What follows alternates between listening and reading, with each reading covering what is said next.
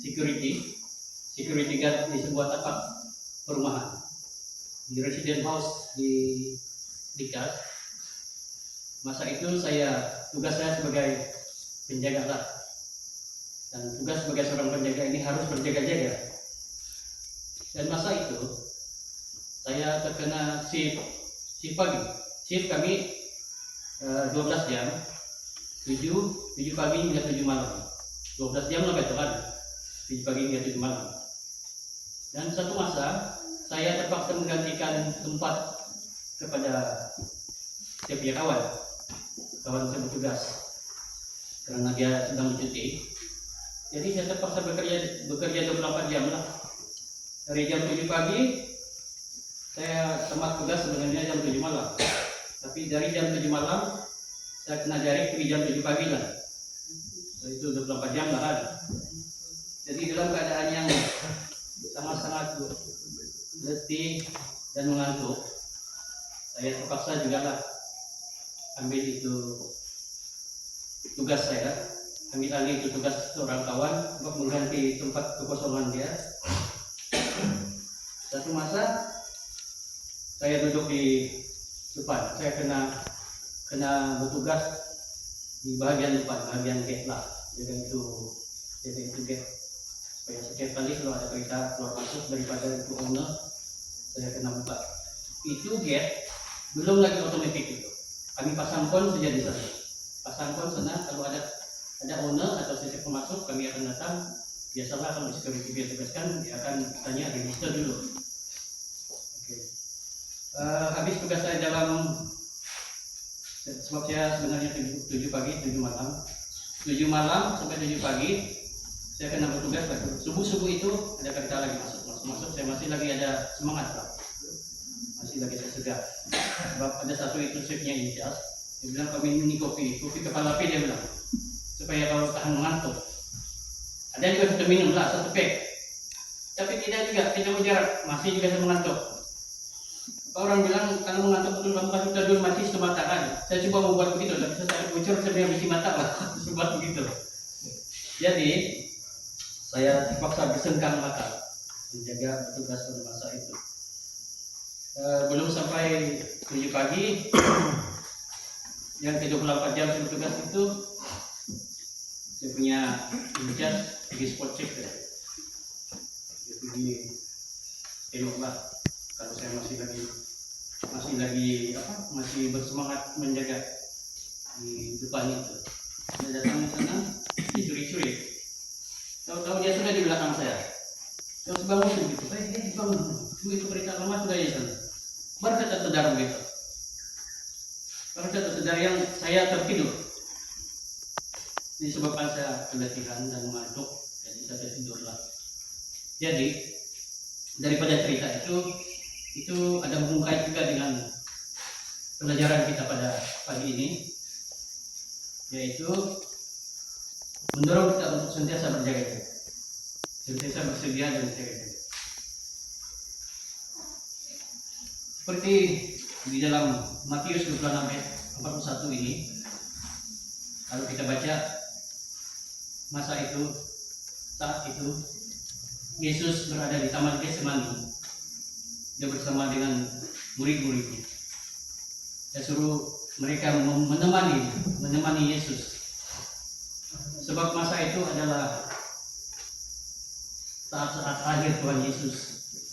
Dan masa itu dia tahu sudah penderitaan apa yang akan dia alami.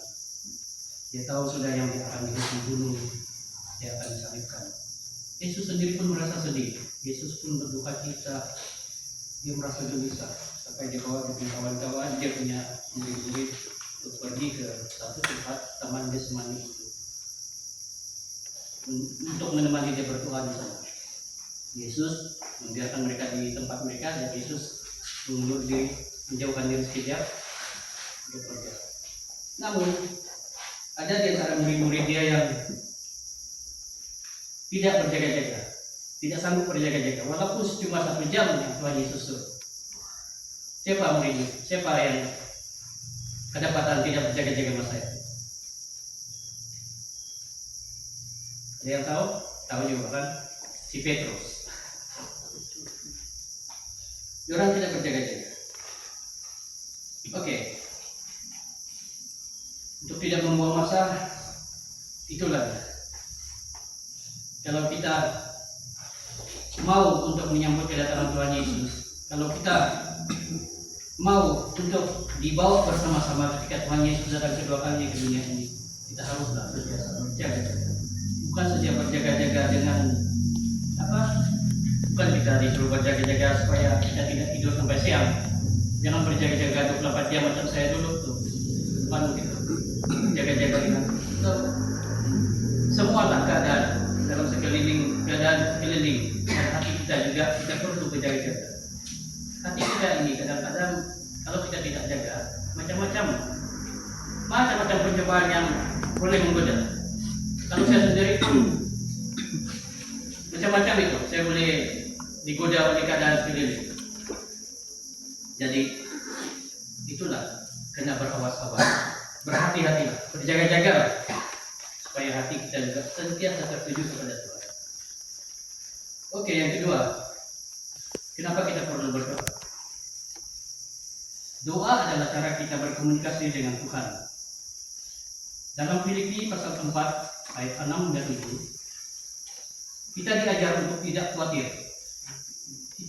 tetapi membawa segala perkara kepada Tuhan dalam doa, memberi kita ketenangan dan kekuatan. Dalam Filipi pasal 6 ayat 7 sudah jelas mengatakan di sana, kita tidak perlu khawatir tentang apapun juga. Segala perkara kita bawa kepada Tuhan. Berdoa kepada Tuhan, karena Tuhan akan memberikan kita kekuatan dan kemenangan di saat kita berdoa. Itulah cara kita untuk berkomunikasi dengan Tuhan, yaitu berdoa. Terus zaman sekarang kita boleh berkomunikasi dunia tanpa sempadan. Itu pastor punya kita semalam kita boleh berkomunikasi dengan dunia luar karena kita ada ini handphone. Dan kita boleh juga berkomunikasi dengan saudara mara kita, sahabat-sahabat kita, kenalan-kenalan kita yang jauh ataupun yang dekat. Walaupun tidak bersua muka, kita dapat berkomunikasi dengan mereka melalui rangkaian internet, WhatsApp, ataupun telepon. Yang penting kita tahu orang punya alat perhubungan, nomor perhubungan. Tapi dengan Tuhan kita kan bisa berkomunikasi. Apa nomor Tuhan? Nomor Tuhan carilah di dalam sini, di dalam Alkitab. Semuanya ada di dalam Alkitab. Semuanya ada di dalam firman Tuhan. Cuma dari kita saja, bagaimana caranya kita mau berkomunikasi dengan Tuhan.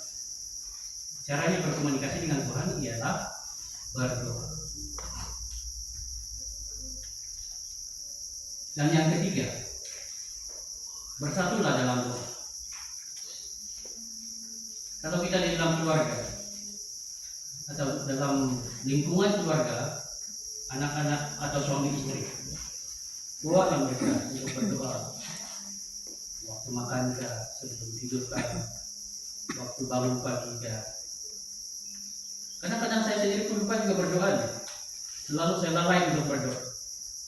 Kadang-kadang waktu makan itulah yang paling saya selalu lupa. Bila saya sudah terlalu lapar itu, kalau nampak lagi makanan sedap-sedap, mana saya akan berdoa lagi. Cepat-cepat dengan lahap pas masuk di mulut saja. Sudah masuk di mulut baru saya ingat, saya lupa berdoa.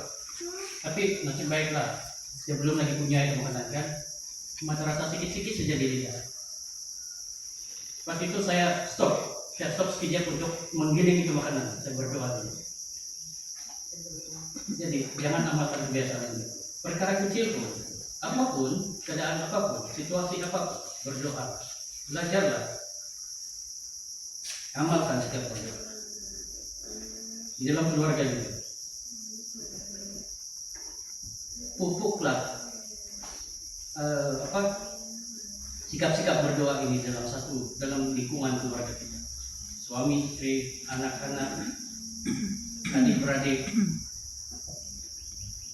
Tidak perlu pun cantik atau indah bahasa-bahasa Tuhan, karena bukan itu yang Tuhan ingin. Tuhan tengok kita punya ketulusan hati, dan bukan juga posisi keadaan tubuh kita yang macam mana Tuhan tengok ketulusan hati kita. jika hati kita betul-betul tulus, jujur berdoa kepada Tuhan, Tuhan sentiasa akan mendengar. Jangan berdoa menurut kita punya kehendak sajalah, tapi berdoa ikutlah, serahkan kepada kehendak Tuhan. Biar kehendak Tuhan yang terjadi, seperti yang dikatakan dalam firman Tuhan, biarlah kehendak-Mu saja yang terjadi. Yesus sendiri pun berdoa begitu juga. Waktu dia mengalami penderitaan, waktu dia saat-saat paling berat dalam hidup dia berhadapan dengan penderitaan seperti itu, dia berdoa juga kepada Tuhan supaya Tuhan meminta Tuhan untuk menjauhkan penderitaan itu. Kalau boleh dia tidak mau disalibkan, dia tidak mau dihukum, tetapi biarlah ini menurut kehendak Tuhan, kata Yesus. Jadi kita ikut cara Yesus. Jangan berdoa ikut kemauan kita. Jangan berdoa ikut kita punya kehendak. Karena kalau kita berdoa ikut kemauan dan kehendak kita saja, kadang-kadang kalau doa kita tidak dijawab hari ini. Contohnya saya ingin meminta sesuatu pada Tuhan hari ini. Saya pernah juga, satu cerita lagi, di dalam pekerjaan saya. Sekarang saya sudah bekerja saya kerja sendiri, freelance juga. Saya technician aircon and electrical. Saya menjalankan bisnis saya sendiri lah buat masa ini. Tapi mungkin minggu depan saya masuk company sudah dalam bidang yang sama lah. Sebab saya venue sudah mengumumkan gaji Bang. Begitu. Jadi di dalam pekerjaan saya kadang-kadang saya bertemu dengan saat-saat yang sukar juga. Bila ada sesuatu benda yang saya coba buat, tapi benda itu contohnya harus saya pasang aircon. Sudah siap saya pasang, belum lama saya di rumah sudah saya ada telepon. Belum lama saya balik sudah saya ada customer telepon. Bilang ini ada masalah leaking lah, gas habis lah, bilang lantai trip lah. Kadang saya penasihati juga sekejap lah, tapi itulah kita sebagai orang percaya, kita sebagai orang yang sudah menerima Tuhan, sudah diselamatkan, dikasih karunia, janganlah cepat-cepat melenting. Anggap itu satu cabaran, anggap itu satu ujian buat kita. Tuhan izinkan itu bukan bermakna dia tidak peduli kita, tapi dia mau mengajar kita bagaimana kita menggunakan kita punya ketahanan mental, dan kita punya sejauh mana ketebalan iman, dan sejauh mana sebesar mana kesabaran kita. Oke. Tentang doa, macam tadi saya cakap, saya pernah buat aircon yang bermasalah. Balik di sana, sebelum saya menuju ke rumah customer itu, saya berdoa, Tuhan, tolong supaya apa yang saya buat ini berhasil, dan tolong supaya benda ini tidak akan bermasalah lagi kalau sudah tahu. Tapi di sana dicek troubleshooting semua, masih juga begitu. Kadang-kadang saya menikmati hati juga, kenapa Tuhan tidak jawab doa saya ini? Ada Tuhan ini ada yang mati saya. Tetapi kenapa Tuhan izinkan semua itu? Sebab dia mau melihat kesabaran kita, dia mau melihat bagaimana kita punya sikap untuk menghadapi situasi seperti itu. Contohnya seperti Yesus saat menghadapi kematian, dia berdoa, dia pun menginginkan begitu juga, dia tidak mau ada penderitaan, dia tidak mau disalibkan sebenarnya. Tetapi dia tidak memaksakan kehendak dia biarkan kehendak Tuhan itu yang terjadi. Biarlah kehendak-Mu yang terjadi, kata Yesus. Jadi begitulah. Kalau kita berdoa, kita kena selalu berharap pada Tuhan. Walaupun bukan hari ini jawaban doa, bukan esok, bukan lusa, bukan minggu depan, bulan depan, atau tahun depan, tapi Tuhan mempunyai rencana sendiri. Tuhan mempunyai cara sendiri. Satu benda yang kita kena tahu, rencana Tuhan itu lebih indah daripada rencana manusia. Dan Tuhan pasti menjawab dan memberikan segala apa yang kita minta sesuai dengan masa dan indah pada waktunya. Oke saudara-saudara, saya rasa sampai di sini saja sebagai penutup daripada perkongsian firman Tuhan ini. Mari kita komited untuk berjaga dan berdoa setiap hari Dengan berjaga, kita dapat menghindari segala pencobaan, dan dengan berdoa, kita dapat mendekatkan diri kepada Tuhan. Semoga senantiasa dipenuhi dengan semangat untuk berjaga dan berdoa, agar hidup kita berkenan kepada Amin.